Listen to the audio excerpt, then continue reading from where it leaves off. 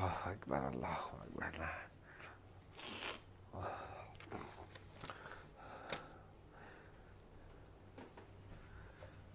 ये मिटाया नहीं तुमने? इसकी तस्वीर ले ली थी जी।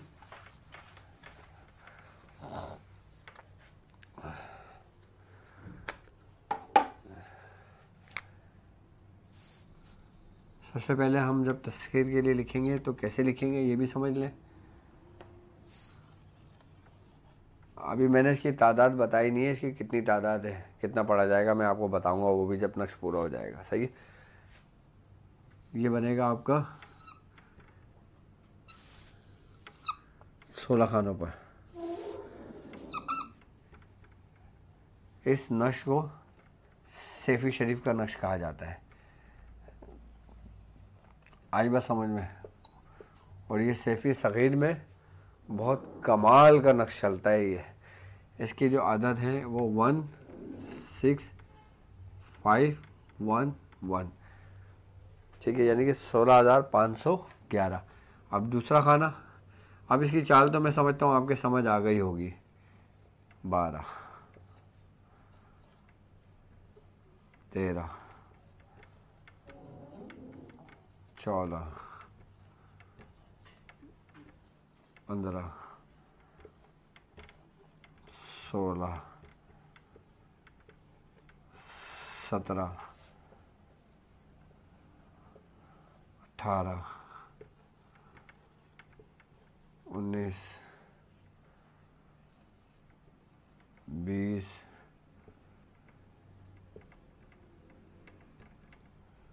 21 22। अच्छा, इसमें 23 की जगह 24 आएगा क्योंकि इसमें एक कसर आया है इस नक्श में, ये ख्याल रखना है, ठीक है। 1 6 5 24 25 26, ये हमने बहुत लिखा है इसलिए हम लोगों को ये ज़बानी हिफ्ज़ है ये नक्श। मैं हर चीज़ आपको वो तालीम करता हूँ, वो तालीम करता हूँ जो अमल मैंने ख़ुद किया हो, जिस पे मेहनत ख़ुद की हो, जो अमल मैंने ख़ुद पढ़ा हो, जो नक्श मैंने ख़ुद लिखा हो, मैं वो चीज़ आपको तालीम करता हूँ। देखें 1 6 5 11 यानी कि 16,511, 16,512, 16,513, 16,514, 16,515, 16,516, 16,517, 16,518, 16,519, 16,520, 16,521, 16,522, 16,524। 23 नहीं आएगा क्योंकि इसमें कसर है, ठीक है। 16,525, 16,526, 16,527, ये इसका सैफी शरीफ का नक्श है ये, ठीक है, जो हम सग़ीर के थ्रू काम कर रहे हैं। अब हम अगर तस्खीर के लिए अमल करते हैं, मिसाल के तौर पे हम जन्नात की तस्खीर हो गई, या किसी इंसान की तस्खीर हो गई, या हुब में हो गया, या किसी कोई ख़ास शख्स के लिए हो गया, या किसी के ख़ास दिल के अंदर हम अपनी जगह करना चाहते हैं। आई बात समझ में? या हम ये चाहते हैं कि फ़लाँ शख्स हमारा ताबे हो जाए, या फ़लाँ मखलूक हमारे ताबे हो जाए, या फ़लाँ चीज़ हमारे ताबे हो जाए, या फ़लाँ चीज़ हमें मिल जाए, यानी कि किसी को हासिल करने के लिए, तो ये नक्श लिखा जाएगा। सबसे पहले इस नक्श की ज़कात अदा की जाएगी। ये नक्श रोज़ाना 11 नक्श रोज़ाना 40 दिन तक लिखे जाएंगे। पहले इसकी ज़कात अदा की जाएगी, 40 नक्श रोज़ाना, 11 नक्श रोज़ाना 40 दिन तक लिखे जाएंगे। जब 40 दिन आपके उसको हो जाएंगे, आपने इसके आटे की गोलियाँ बनाना है और उसको दरिया में, समंदर में, नहर में कहीं भी बहा देना है। अब आप तस्कील के लिए इसको करना चाहते हैं, किसी को ताबे करने के लिए करना चाहते हैं, तो सबसे पहले मिसाल के तौर पे आपने करना है, किसी शख्स का नाम है मोहम्मद अली, अब मोहम्मद के बनते हैं 92, अली के बनते हैं 110। ठीक है, 110 जमा 92, 2 9 और 1 10, 10 का 0 हाथ से लगाए तो ये बना 202। अब 202 को उसका मुफरद लेकर आ जाएंगे तो बनेगा 4। जितने अदद बनेंगे जिस नाम के अदद के मुताबिक या जिसके लिए करा जाए, या मिसाल तौर पर अगर किसी जिन्नात की हाज़िरी का करते हो या किसी जिन्नात को ताबे करने की करते हो, तो अगर उस जिन्नात का आपको नाम मालूम है, आई बस समझ में। अब तो ऐसा होता है ना, लोग बोलते हैं कि जिन्नात की हाज़िरी के लिए कर रहा हूँ, जिन्नात की तासीर के लिए कर रहा हूँ। अब भाई तू किस जिन्नात के लिए कर रहा है? अब जिस तरीके से इंसान है, इंसानों के नाम मौजूद है, अब हम बोले हम इंसान की तस्कीर के लिए कर रहे हैं, तो भाई कौन से इंसान के लिए कर रहे हो? कोई एक इंसान है कि जिसको चाहते हो कि वो तुम्हारा ताबे हो जाए। अब मिसाल के तौर पर अहमद नाम है किसी का, अब तुम चाहते हो कि अहमद तुम्हारे ताबे हो जाए, तो उसका नाम की आदत निकालोगे। ऐसे करेगा जिन्नात होता है तो जिन्नातों के भी नाम होते हैं, उनके भी बाकायदा तौर पर कबाइल होते हैं, उनके भी सलासिल होते हैं कि जिन सिलसिले से उनकी कड़ी जुड़ती है। तो हम इन बातों को नहीं समझते। अगर हम मिसाल में किसी जिन्नात के लिए करते हैं तो हमें उसके बारे में उसका लिए मालूम होना ज़रूरी है। तो अब यहाँ बनता है अदद 4, तो हम हर खाने में 4 मरतबा दुआए बुज़ुर्ग पढ़ेंगे। यानी कि सबसे पहले हम 4 मरतबा पढ़ेंगे, इस खाने पे दम करेंगे, 16,511 लिख देंगे। आई बात समझ में? फिर 4 दफ़ा पढ़ेंगे, 16,512 लिख देंगे। फिर 4 दफ़ा पढ़ेंगे, 16,513 लिख देंगे। जो नाम के अदद बनेंगे मजमू जो, अच्छा माँ के नाम के अदद उसमें चाहो मिला लो, चाहो ना मिलाओ। अगर तुम्हारा उससे गहरे रवाबित हैं तो माँ का नाम नहीं मिलाओ, और अगर तुम्हारे गहरे रवाबित नहीं है उससे तो माँ के नाम के अदद भी उसके साथ मिला लो। ठीक है, तो फिर इसको मुफरद अदद में लेके आओगे। जो अदद बनेगा, अगर 1 बना तो 1 बार पढ़ोगे, 9 बना तो 9 बार पढ़ोगे, 8 बना तो 8 बार पढ़ोगे। जो बने, जो भी अदद बने उसका आपने उस नाम से इसको करना है। जब ये पूरा उसको भर लेंगे, फिर आप जो ना यहाँ पे उसका नाम लिखेंगे। आई बात समझ में? और नाम लिखने के बाद इसकी जो आखिरी इबारत है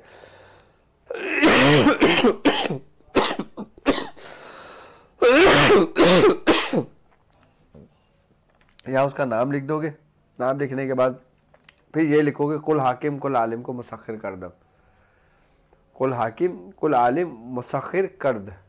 फिर हम ये लिखेंगे। ये लिखने के बाद फिर उसको हम लपेटेंगे और फोल्ड कर देंगे, उस पर धागा चढ़ा देंगे। धागा चढ़ाने के बाद हम इसको किसी वज़नदार चीज़ के नीचे दबा देंगे।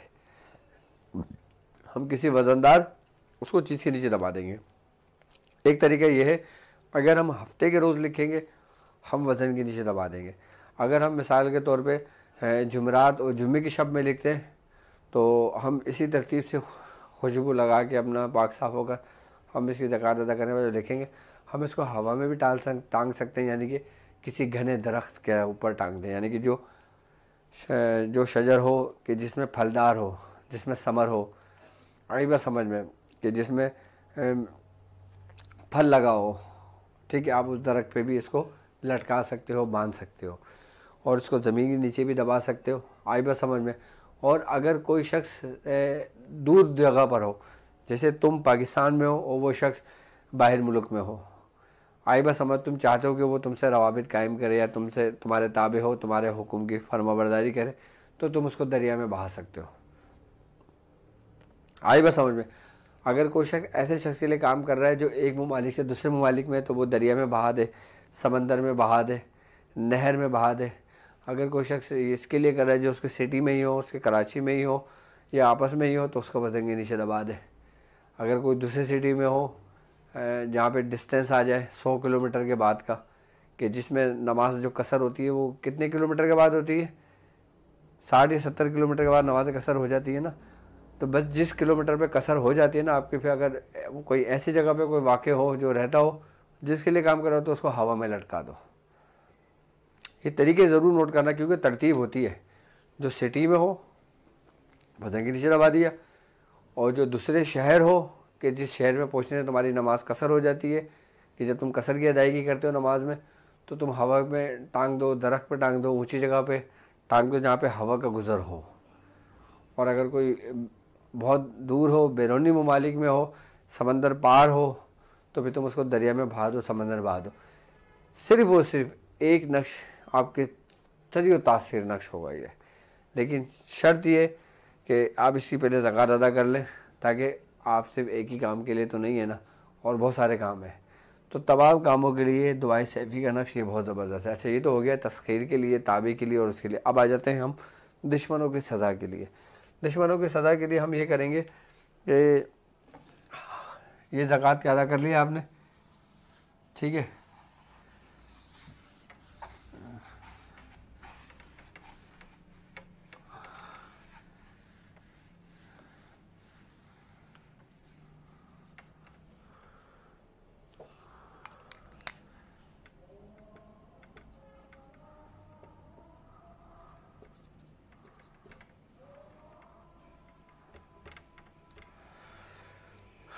245 हम इस कोने पे लिखेंगे, 113 इस कोने पे लिखेंगे, 373 इस कोने पे लिखेंगे, 319 इस कोने पे लिखेंगे। आइए बस समझ में। इसमें 786 नहीं लिखा जाएगा। हमने सबसे पहले खाने बनाना है, खाने बनाने के बाद 245 लिखना है। अब मैं लिख रहा हूँ ये दुश्मन के लिए, सही है। हमने पूरे स्ट्रक्चर इसका खाना बना लिया। हमने सबसे पहले 245, 113, 373 और 319 लिखा। उसके बाद हमने अच्छा, जब हम ज़कात अदा करेंगे ना, उसमें ये 245, 113, 373, 319 ये नहीं लिखेंगे। ज़कात हम सिर्फ बिस्मिल्लाह के साथ अदा करेंगे उसकी पूरी। ये मैं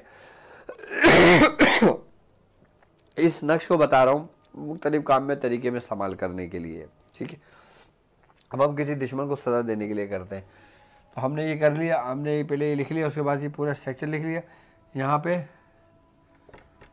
फ़ला बिन फ़ला का नाम आ जाएगा। अब जब फ़ला बिन फ़ला का नाम आ जाएगा तो उसके नीचे हम फिर ये वाली इबारत लिख देंगे, कहर खुदा, कहर बादशाह, कहर खुदा, कहर बादशाह, बड़ दुश्मनाने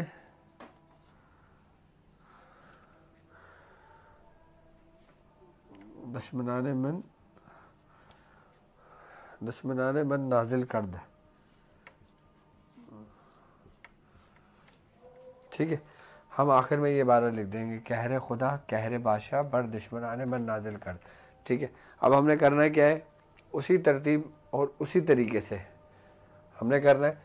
अब मिसाल के तौर पे नाम मोहम्मद अली है, अदद वही 92 बनते हैं, इसके 110 बनते हैं। 110 में हमने 92 जमा कर लिए, 9 11, 11 का 2,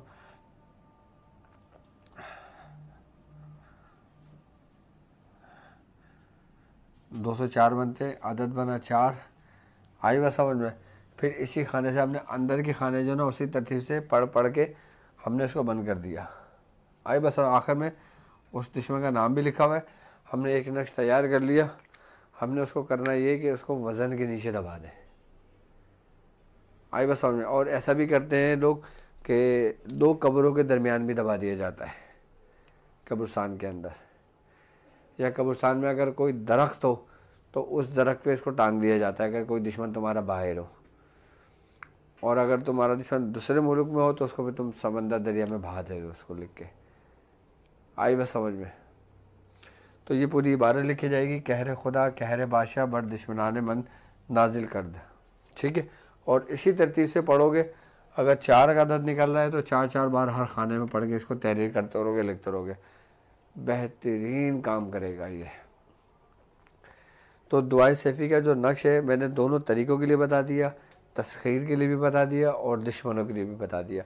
अमल बिस्मिल्लाहिर्रहमानिर्रहीम में दायम या कदीम या कदीम या हय्यु या क़य्यूम या बाक़ी या मुंतक़िम या क़ादिर या इलाहुल अव्वलिन वल आखिरीन, हर के मारा बद ख़वा बद गोया बद बदअंदेश बद बिना ज़रबत ला इलाहा इल्लल्लाह बर जानो बस्तगी मोहम्मद रसूल बर ज़ुबानो ज़ुल्फ़िकार अली बर गर्दाना गुज़े हमदा बर पुश्ता वासा मूसा कलीमुल्लाह बर जिक्र ओ आला ज़िक्रिया बसर करीम अयूब दरबदनो हल्ताब ला इलाहा दरबदनो मोहम्मद सल्लल्लाहु अलैहि वसल्लम बर देनो व थप्पड़ जिब्राइल पर गोशों तूफ़ान नो बर कदमों गुबार दुनिया दर चश्मों तहर जालू गैब दर कत्ल कहरे खुदा, कहरे बादशाह, दुश्मनाने मन नाजिल करदा, कुल हाकिम कुल आलिम को मुसख्खिर कर दे, बाकी याबुदू बाकी काफ़ा या इंसान बाकी हामी वाहिम सिन का बाकी ला इलाहा इल्ला अंता सुब्हानक इन्नी कुन्तु मिनज़ ज़ालिमीन। इतनी स्पीड में नॉर्मल आप पढ़ सकते हो। पढ़ने का मतलब ये है